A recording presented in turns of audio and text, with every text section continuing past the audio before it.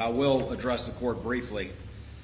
And I don't need Your Honor to repeat the evidence that Your Honor just heard for the past 6 weeks, but it is overwhelming, and it shows this man to be a cunning manipulator, a man who placed himself above all others, including his family, a man who violated the trust of so many, including his friends, his family, his partners, his profession, but most of all, Maggie and Paul.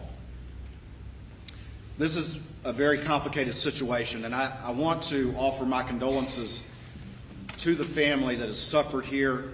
We have tried very hard to be respectful and sensitive regardless of what position any person took, because this family has suffered, and they've had to suffer in the public eye. And I want to offer my condolences to this family.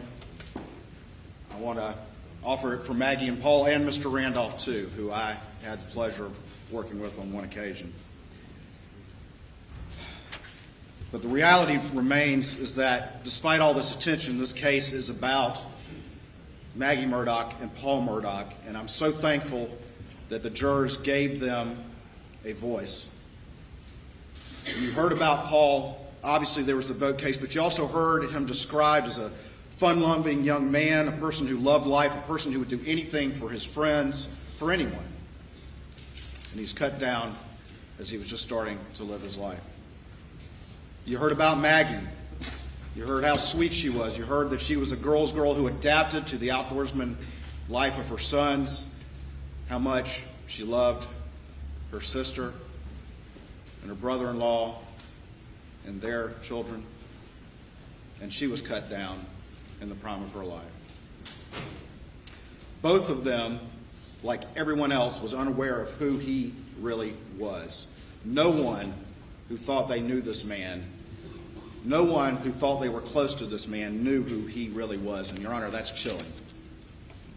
And I've looked in his eyes, and he liked to stare me down as he would walk by me during this trial. And I could see the real Alex Murdaugh when he looked at me.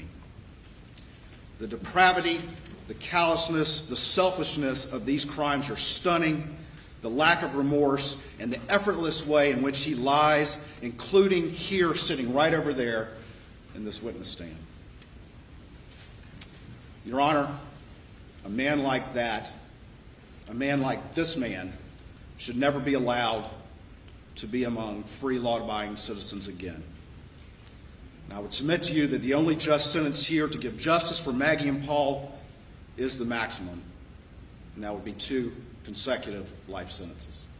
Thank you, Your Honor.